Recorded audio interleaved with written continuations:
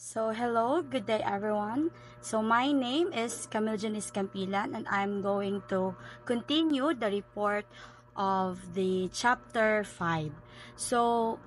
I am tasked to discuss about the rubrics to assess the skills demonstrated by the students.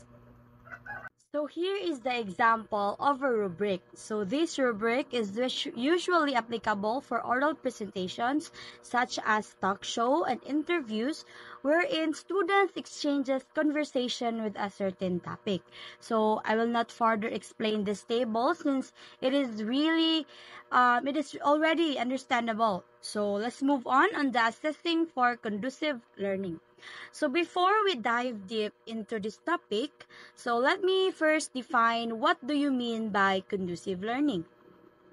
So, conducive learning is making the teaching learning process more engaging wherein students can freely express their thoughts and interact with each other inside the classroom. So it is also learning with respect and discovering new skills. So under this assessing for conducive learning, there are underlying factors that we future teachers must bear in mind or needed to consider to achieve this conducive learning.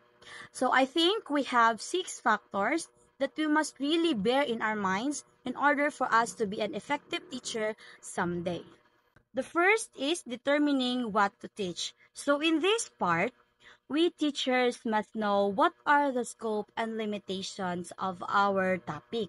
So we must target specific skills in order for the students to achieve specific skills as well. So also, we must identify the student's present level of performance for us to know what objectives, activities, and assessment that will be suited according to his or her level of performance. So of course, as a future teachers, we are not going to teach without knowing what is the scope and limitations of our topic because we might because kanang basin og malayo na bitaw kayo ang atong pagtudlo sa bata like imbis kini ra diri adapit nanubra ra ta or imbis kini dapat ang i-achieve nato sa iyaha nakulangan. So it is very important for us to feed enough knowledge for them to have the skills or the knowledge itself. So the second factor is the determining necessity. So from the word itself, necessity or what is really need. So as a future teacher, especially when we have students who has a special needs, we must know what is the needs of the student or kung unsa ang pangangailangan jud sa estudyante or sa bata. So it is very important to know what are the needs of the students for us to know kung unsa ra pud ang dapat natong itudlo sa ilaha. So the third one is determining where to teach. So the environment or location contribute a great impact when it comes to learning.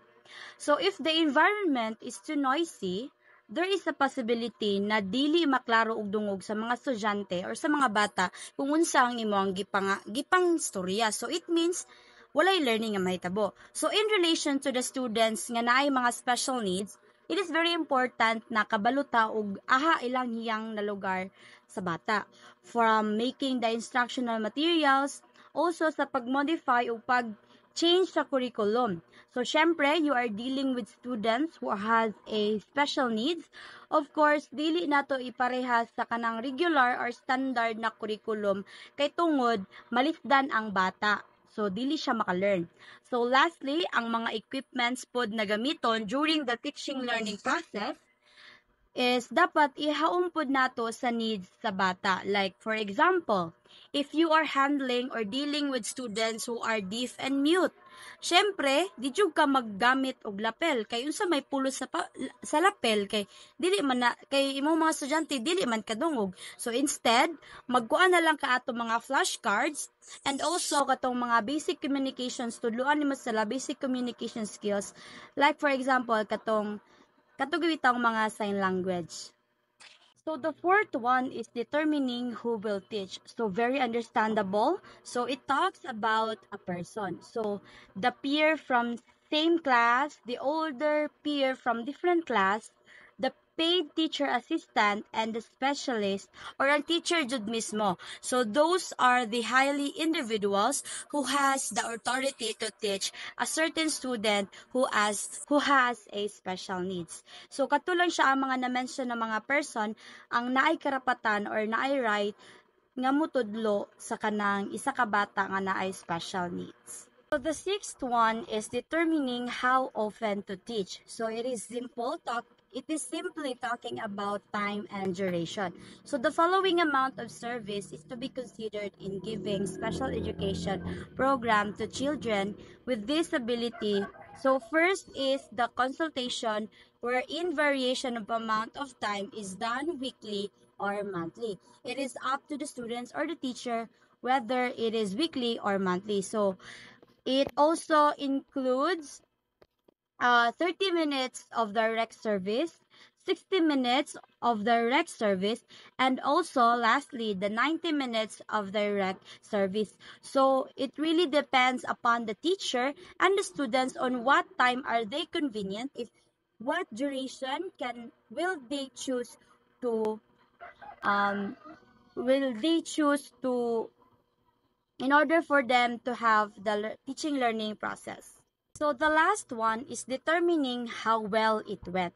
So the evaluation process with assessment data would allow the teacher to identify if the student is making adequate progress towards his goals and objectives. So furthermore, assessment data establish information that will allow the teachers to know if the program is effective for the majority of the students with disability. So after all the activities and programs done with the teacher, of course, the evaluation must be conducted in order for the teacher to know if the program is really effective or the students really understand and acquire knowledge. So I think that wraps up about my topic in this chapter. Thank you for listening.